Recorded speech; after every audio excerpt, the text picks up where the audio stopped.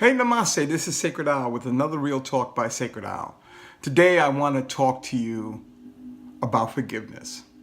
Yes, it's a very tough subject. But you know, when somebody does us harm, we connect it to that treatment like a chain. Yes, it's like a cord that connects us to that treatment because we put an emotion behind that treatment. We get hurt, or we feel some kind of way about that. But think about it.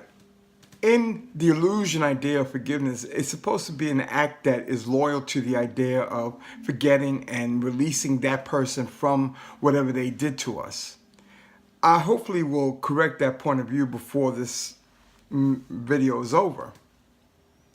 We are dealing with people out there who do things with or without intentions, but they do harm our emotional body, and then we feel some kind of way about it, and that's where we create that chain that locks us into it.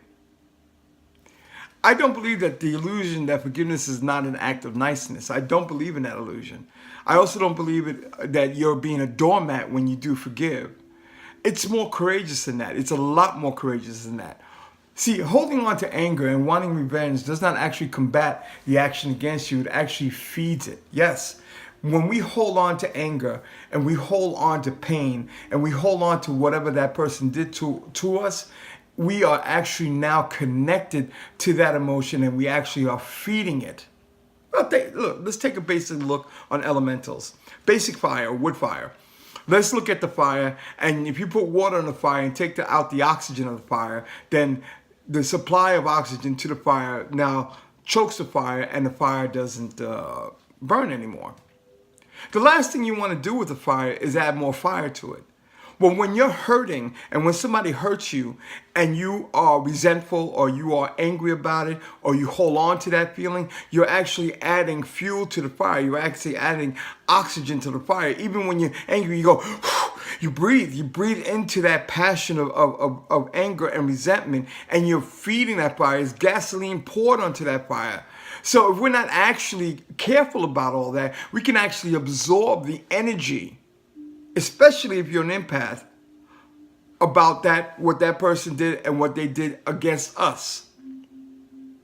You want to stop a fire not with the same energy that started it.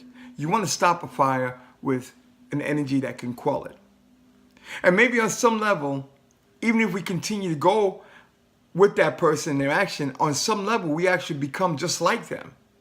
That's what it is. So forgiveness, instead of the illusion of it being weak or pansy type action, or says it's okay and dismisses our emotions, it goes deep into our dark closet, that those emotions, it actually cuts the cord, breaks the chain and the action, and relieves us of the emotional link and that debilitation. And when you're actually trying to say that what you did is not cool, you're actually saying that. That's not cool what you did, and it will not be tolerated anymore. By snapping the connection to it and refusing to have any more fuel or any more emotional impressions on us, it releases our imprisonment of the heart and the mind. Once you use this as an act of forgiveness in a manner that frees you from the bonds of emotional suffrage, and then the pain, after that, you are free from that pain. And once you become free, free people become very formidable.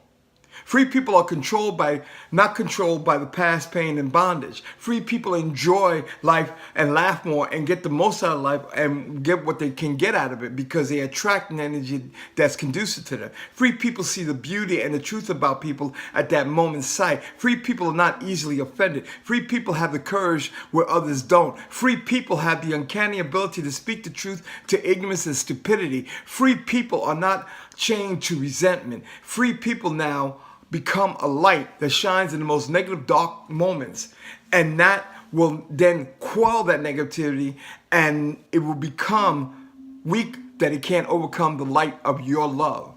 Forgiveness and its real energy is a tool of self-improvement, not weak pansy energy.